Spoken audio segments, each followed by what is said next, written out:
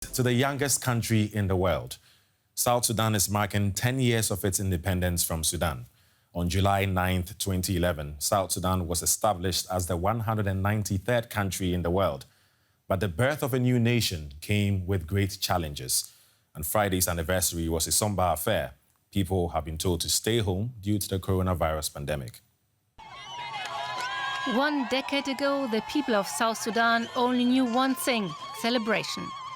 This was their Independence Day. After more than half a century of civil war with the powerful North, the population of South Sudan voted to secede by an overwhelming majority. 99% were in favor.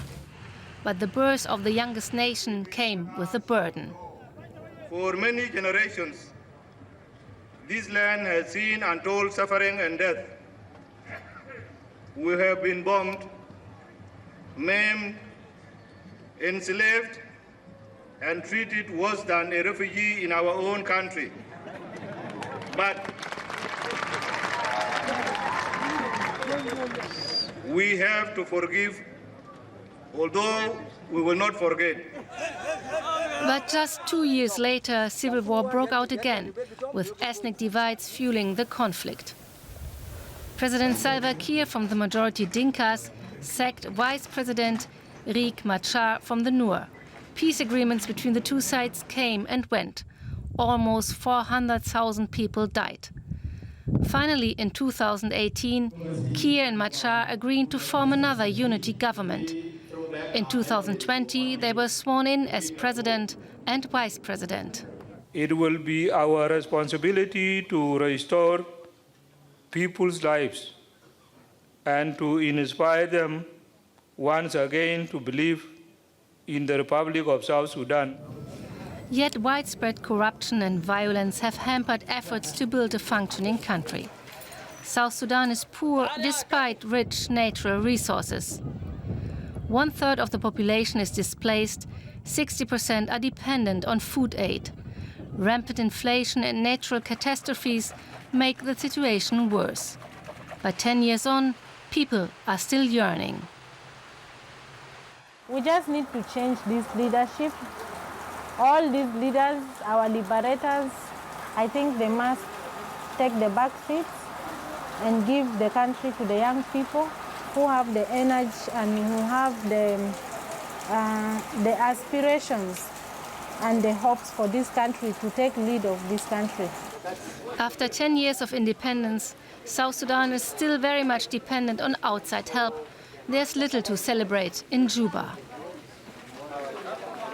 For more on this, I am now joined by Nicholas Haysom. He's the head of the United Nations mission to South Sudan, UNMISS. Hello, sir. Welcome to DW News Africa. Now, 10 years ago, there was great optimism about the future of South Sudan. Fast forward to today, have those hopes been fulfilled? No, I think, quite frankly, most South Sudanese would accept that their hopes of what independence would bring have not been achieved.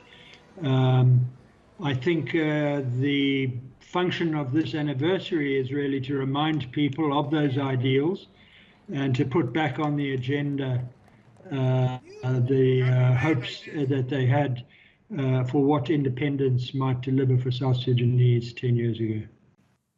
So, have there been any achievements over the last decade? Well, I think, given that South Sudan started as what should I say, a clean slate. They had no institutions, very little roads.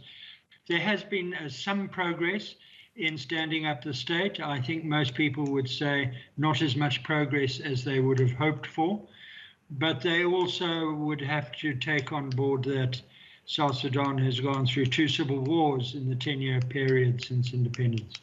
So, bearing this in mind, what is daily life for someone in South Sudan? Well, I think as in much of this area, there would be a difference between someone in an urban area and somebody in a rural area.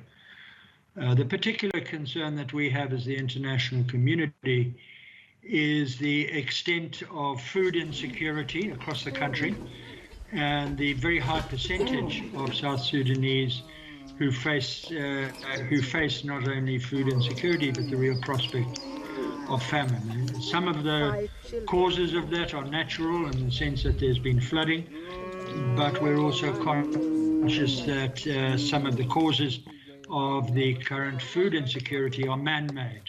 People have not been able to plant because they have their lives have been disrupted by conflict, and the planting season has come and gone without people planting. Yeah, now there's been a so-called Revitalized peace agreement in place for nearly 3 years now.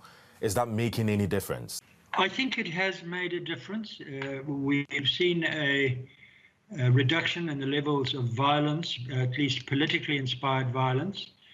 But we've also noted an increase in what is often called intercommunal violence, which has largely taken up the gap. Intercommunal violence is more a reflection of intercommunal tensions, but also the poverty and the economic conditions in South Sudan, very often centered around the theft of cattle and the perpetration of revenge attacks.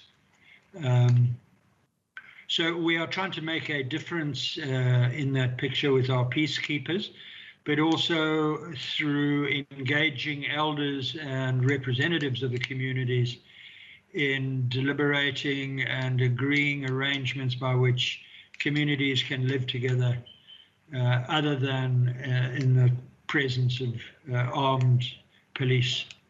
So, sir, you took office as special representative earlier this year. What's the main change you hope to achieve for the people of South Sudan during your term? Well, what we would like to do is to support the South Sudanese people to make progress in their transition, down the transitional pathway, as it were, that they have agreed to follow. And that involves some quite significant steps they would have to accomplish, including agreeing on a new constitution, that is the arrangements by which they can live together in peace, making progress in the arrangement of the first democratic elections in the country, and more generally in building the institutions necessary for a state to be a young democracy and to begin the development trajectory we would like to see, or the people of South Sudan would like to see. Nicholas Haysom, head of the United Nations mission in the Republic of South Sudan, thank you.